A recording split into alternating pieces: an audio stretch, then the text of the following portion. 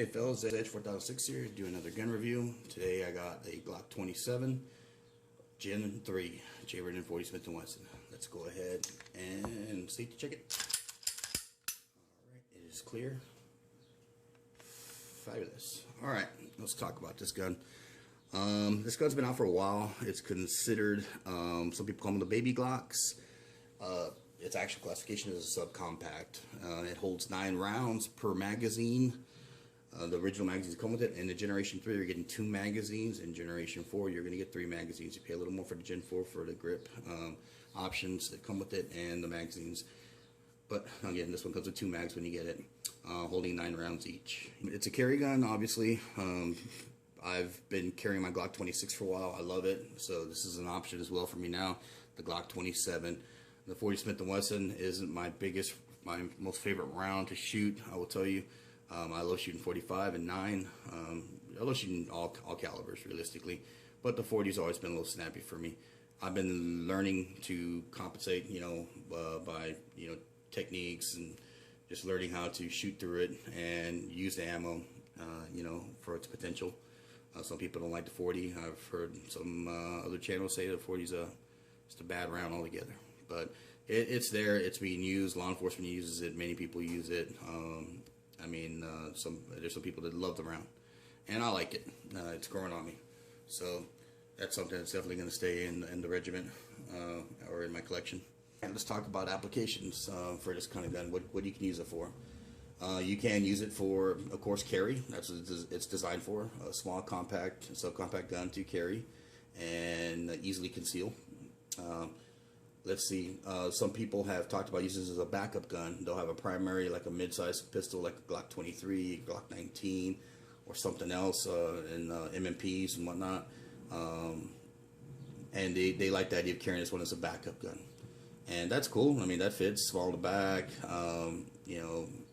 Some people do carry ankle. They ankle carry this pistol. That's a little heavy, in my opinion, but I've heard a lot of people doing it. It's crazy. All right, let's talk about the firepower. As far as rounds, again, you're getting 2 9-round magazines you get with it. But what I like about Glocks, in particular this model, I don't know if it was intentionally designed like that, but either way it's ingenious, is the way you can scale. You can scale up your mags. You can start with this for conceal, pop that in there, have that nice, short, small footprint to conceal carry. And then you can always have the Glock 23 magazines or even the Glock 22 magazines, to go to get, if you need more rounds. You need a 13 round or a 15 round magazine, as extras. I mean, I think right now the compliments you get when you get it, 2 9-round magazines are great. On my Glock 26 platform, I do have the standard 10-round mags that come with it, and then I have a 15-round Glock 19 mag that I have as one of the go-to mags when I carry. I will probably get a Glock 23 mag for this one. I'm going to get one, definitely, I will tell you that. And I like the options, so that's real cool. You're not set, okay, this is the biggest we're going to do, is you're getting 9, that's the end of it. You have options. I like that. That's very important to a lot of people, and it's to me as well. Okay, let's talk about the round. 40 Smith & Wesson.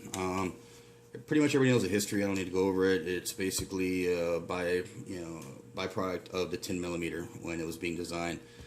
I liked it wasn't my favorite round initially, the 40 Smith & Wesson. And actually, no, I take that back. When I was first getting into it, I thought it was a cool round because I thought it'd be a great round between the 45 and the 9mm. And with the speed on it, you couldn't go wrong. But I had never shot one. And then when I finally shot my Glock 22, I was like, I'm having trouble putting my rounds on target the way I'd like to, because I was shooting pretty good with the 45 and a 9mm, but the 22 wasn't happening. And it just took some training, and I learned how to put my thumb up on the gun and kind of assist it to stop pulling, and all that came together. And now I'm not the biggest fan of the 40, but I don't have a problem with it. I'll carry it all day. There's a multitude of rounds you can get out there, bonded, regular, hollow points, all kinds of stuff. Don't recommend using or carrying full metal jackets, mind you. That's a given. But right now what I got in this sucker is that these are the Border Patrol special. The ones the Border Patrol uses.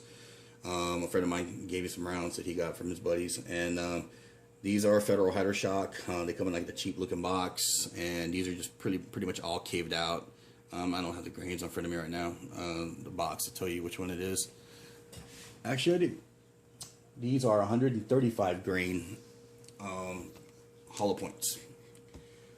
They're pretty good. It's what Border Patrol carries, other law enforcement agencies as well, and that's what I got in this pistol right now. And I think the firepower is adequate. Okay, let's talk about the sights. The sights are your standard Glock U sights, right? You know, for field post sights, whatever you want to call them. They're good. What I like about the Glock sights is that they're dead on from the factory. I've never shot a Glock that had factory sights that wasn't on. I like them. They're plastic. They're not durable. I know that. But if these came in metal and were night sights with this field post, I think that'd be awesome because they line up real nice. They're quick acquisition. Pick up the target real quick, and it's pretty easy for me. So the standard sights are good. I recommend getting in some better ones. If you're going to carry, night sights are nice. True Glows with tritium. I bought some for my Glock 26. Very, very cool. A lot of recommendations for them from other YouTubers and shooters, and definitely I got them and I was impressed. So sights, they're good. You can get better. Okay, let's talk about the finish. This, like I said, is an older Glock I bought from a friend of mine. So I believe this Glock was probably made around 2009, 2008 maybe. And the reason is because the new Glocks, like I said in another video, I don't care for the new finish on the Glocks. It scratches easy. It is not as resistant, to elements as this kind of, my Glock 22. It has that real Teflon style slide, real slick slide, darker slide, a lot more. It looks nicer. Glocks aren't the prettiest guns, but that finish looks a whole lot nicer, and it stands up. My Glock 22 has been dropped a couple times. Once at the range, it's got a little scratch on the muzzle, not much at all, but it was dropped. I thought it was gonna have a gash in it, like some other pistols you see when they're made of aluminum or scandium. When you drop them, they get a little scuff in them. It's pretty hard to really fix that up. But this one did also come with that nice finish on there, that nice Teflon style finish. And initially I was thinking about getting this gun to trade up to something down the road, but it's probably going to be a mainstay now because of that finish, believe it or not. I mean, that finish is so sweet. Whenever I look at a Glock, that's one of the deciding factors is, hopefully it has that older finish, and it's in good condition. So I like that.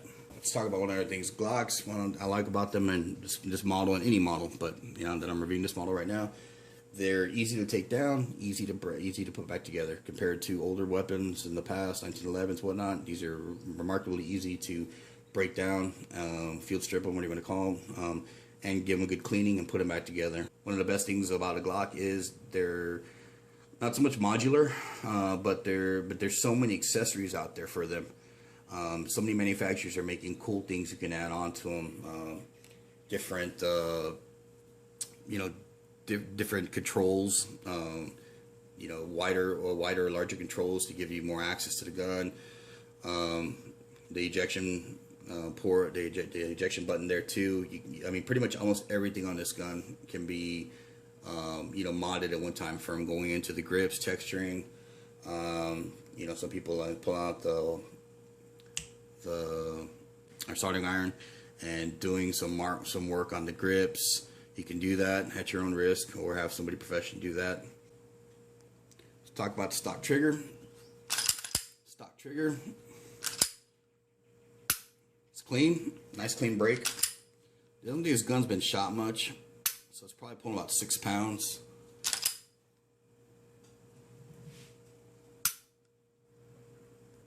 Let's pull the old scale out real quick and see. I can get that in here.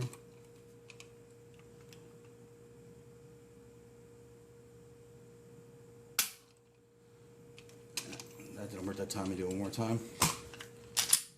Trigger scale has an attitude, feels like working when it wants to.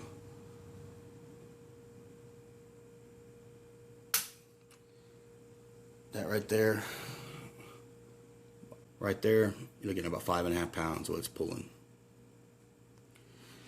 There are options to lighten that trigger. The only thing I'd recommend, or that I've used in the past, is a ghost trigger bar, and that will maybe get it down by 1 pound, about the 4.5 pounds. That's about the lightest I will run a carry pistol. All right, guys, gonna wrap it up. Again, you know, Glock 27, chambered in 40 Smith & Wesson. Definitely recommend it. I have no problems carrying this gun now. A couple of doodads are gonna get done on it, but other than that, you know, solid pistol, man. Rock on.